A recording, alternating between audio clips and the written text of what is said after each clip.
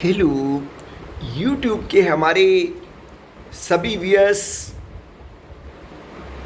समस्त गूगल परिवार, समस्त यूट्यूब परिवार, समस्त यूट्यूब सेवारत कर्मचारी, मेरे प्यारे बच्चों, मेरे प्यारे स्टूडेंट्स, आप सभी को मुझ दिनेश खुल्लर का मेरे चैनल ट्रू लाइफ सॉन्ग्स पर बहुत बहुत बहुत स्वागत, अभिनंदन व नमस्कार। प्यारे बच्चों, आप जी को सिखाने के लिए मैं प्रतिदिन स्पोकन इंग्लिश क्लास इस चैनल पर लेकर आता हूँ। व्यूअर्स, आप लोग लगन से सीखते चले जाइए। बहुत जल्द मैं एक और कोर्स की क्लास इस चैनल पर शुरू करने जा रहा हूँ। व्यूअर्स, वो है पर्सनैलिटी डेवलपमेंट। व्यूअर्स, आप बने रहिए और आपको बहुत यूज़फुल कंटेंट इस चैनल पर मिलेंगे। व्यूअर्स, लर्निंग का कोई एंड नहीं होता। हम सारा जीवन सीखते रहे तो भी नॉलेज ख़त्म नहीं होती है व्यूअर्स।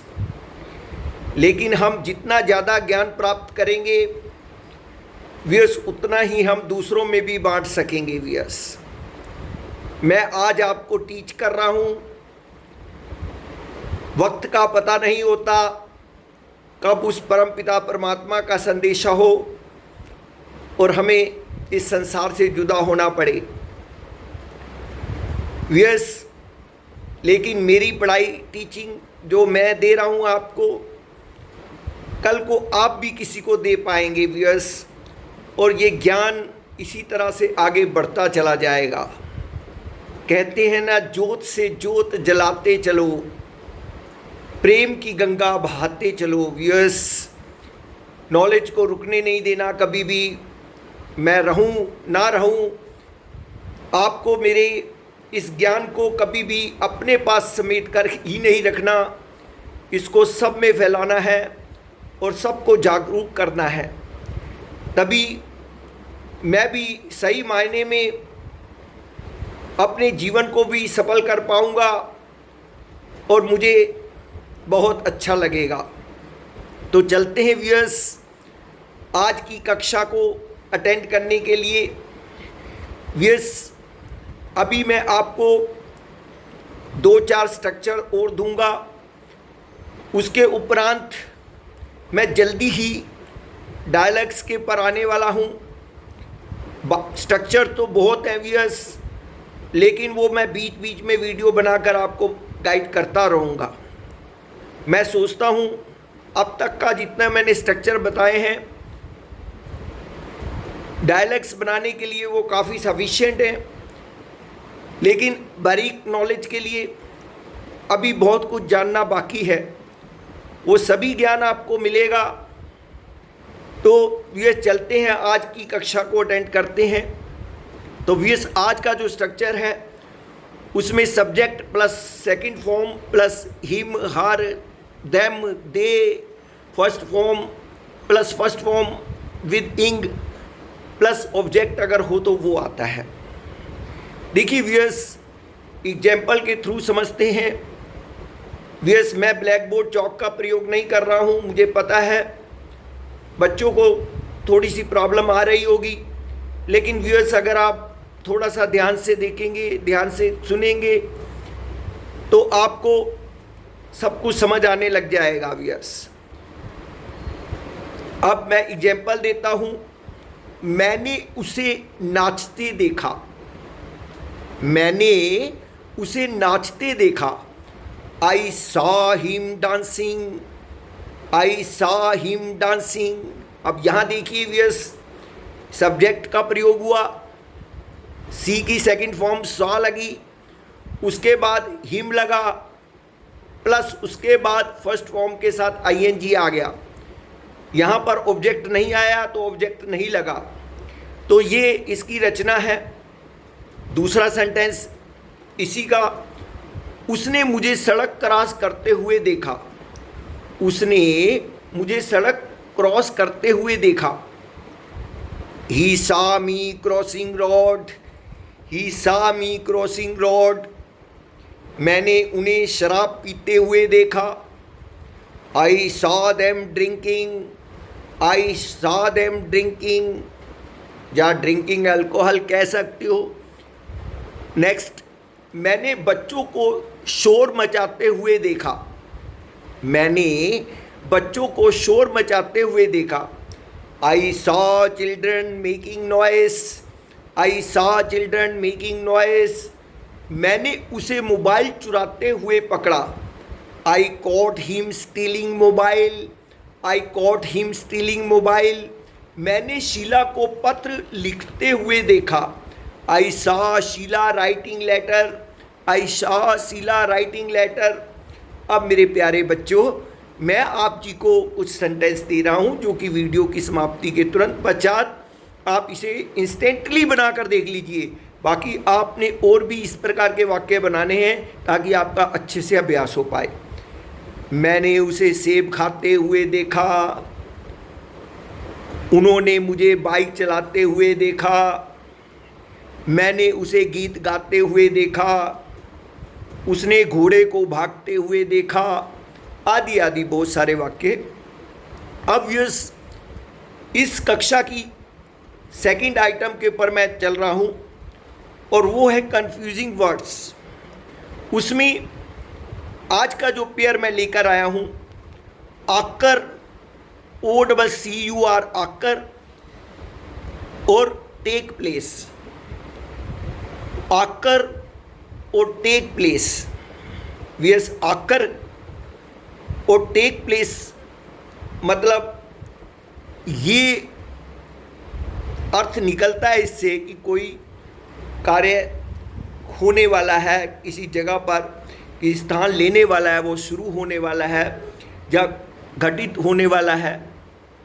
तो वियर्स दोनों में डिफरेंस क्या है, तो लेट अस नो।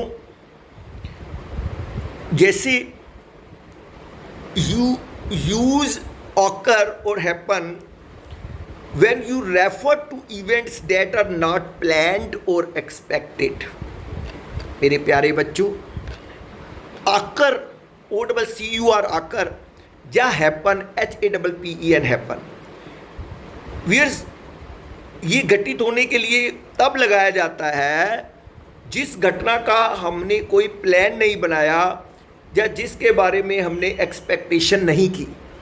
ध्यान से समझिएगा व्यूअर्स, बहुत सूक्ष्म अंतर होते हैं। अब जैसे मैं एग्जाम्पल देकर आप जी को समझाता हूं। The accident occurred at midnight. The accident occurred at midnight, कि जो एक्सीडेंट था वो आधी रात को हुआ।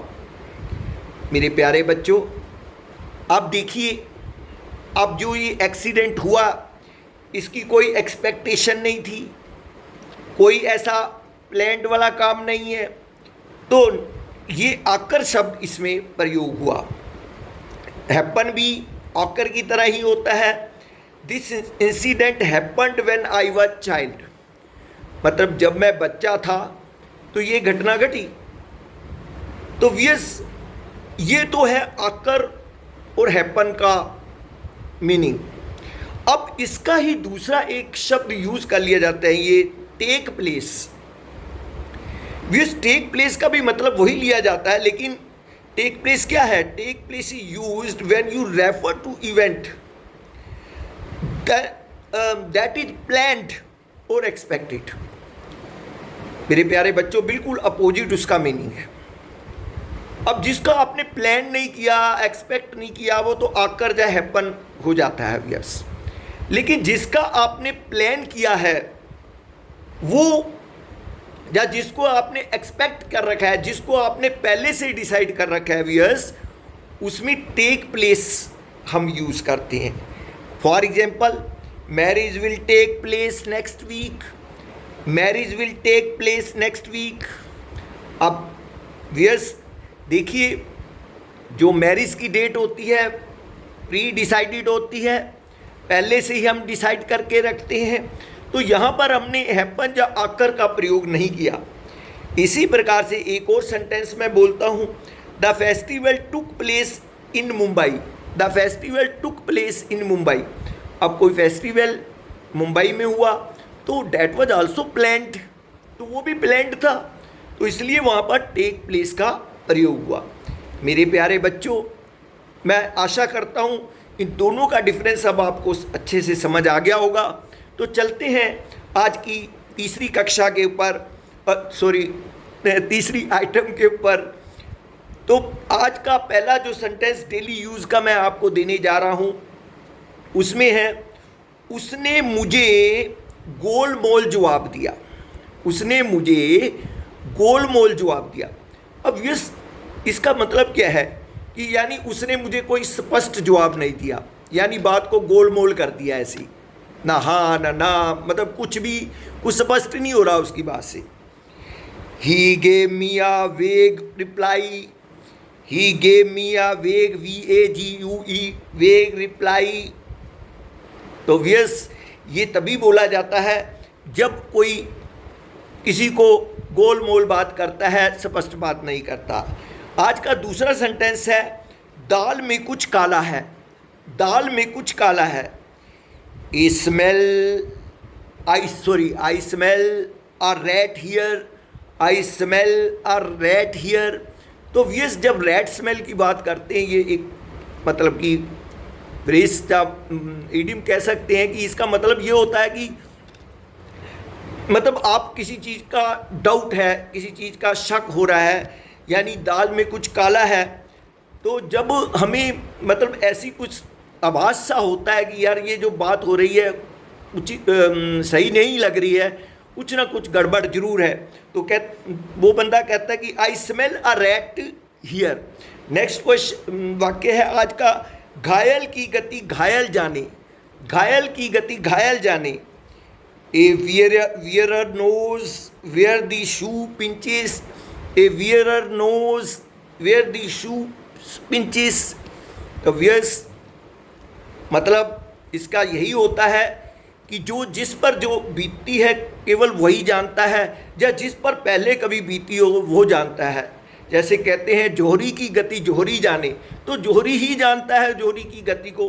तो इसी प्रकार से जिस पर कुछ बीतती है, या तो वो जानता है या फिर वो जानता है जिस पर पहले इस प्रकार का कुछ इंसिडेंट घटित हो चुका हो, वो उसके दुख दर्द को समझता है। तो यहाँ पर a wearer knows where the shoe pinches, तो एक जूता पहनने वाला ही ये जानता है कि कहाँ जूता पिंच कर रहा है। तो देखिए शाब्दिक कैसे शब्दों में पिरोया है इसको, और कितने सुंदर ढंग से समझाने का प्रयास किया गया है। नेक्स्ट है, अपने को ईश्वर की इच्छा के आगे सौंप दो। अपने को ईश्वर की इच्छा के आगे सौंप दो। Leave yourself to the will of God. Leave yourself to the will of God. तो यस, ये भी तभी बोला जाता है जब सभी तरफ से हताशा हो जाती है और कोई डिस्करेज होने लगता है, तो कोई उसको एडवाइस करता है, भाई ऐसा मत डिस्करेज मत हो, आप सब कुछ ईश्वर पर छोड़ दो, वो सभी कुछ अच्छा करेंगे, वो कभी किसी का बुरा नहीं करते हैं। Leave yourself to the will of God. वो जो भी कर रहे हैं अच्छा कर रहे हैं, उसका भाना हमेशा मीठा होता है। तो यही सोचकर आप अपने कर्म करते चले जाइए, वो सुप्रीम पावर अपने आप देख लेगी। नेक्स्ट, यह क्या बचपना है, यह क्या बचपना है। What is this immaturity, what is this immaturity. Yes, ये हम तब बोलते हैं जब हम किसी को देखते हैं बेवकूफ़ाना बात कर रहा है, या एक बच्चों वाली बात कर रहा है, मैच्योर होते हुए बच्चों वाली बात कर रहा है, समझदारी की बात नहीं कर रहा है, तो हम कहते हैं, जब कोई ऐसा एक्शन कर देता है जो बच्चों की तरह हो, तो फिर हम बोलते हैं what is this immaturity, what is this immaturity. तो व्यूअर्स, आज का कक्षा मैं इन्हीं शब्दों के साथ समाप्त करता हूँ। वीडियो लंबा होता चला जा रहा है। आपको बहुत बहुत नमस्कार, कल फिर मिलता हूँ। तब तक के लिए जय श्री कृष्णा, राधे राधे, जय भोलेनाथ।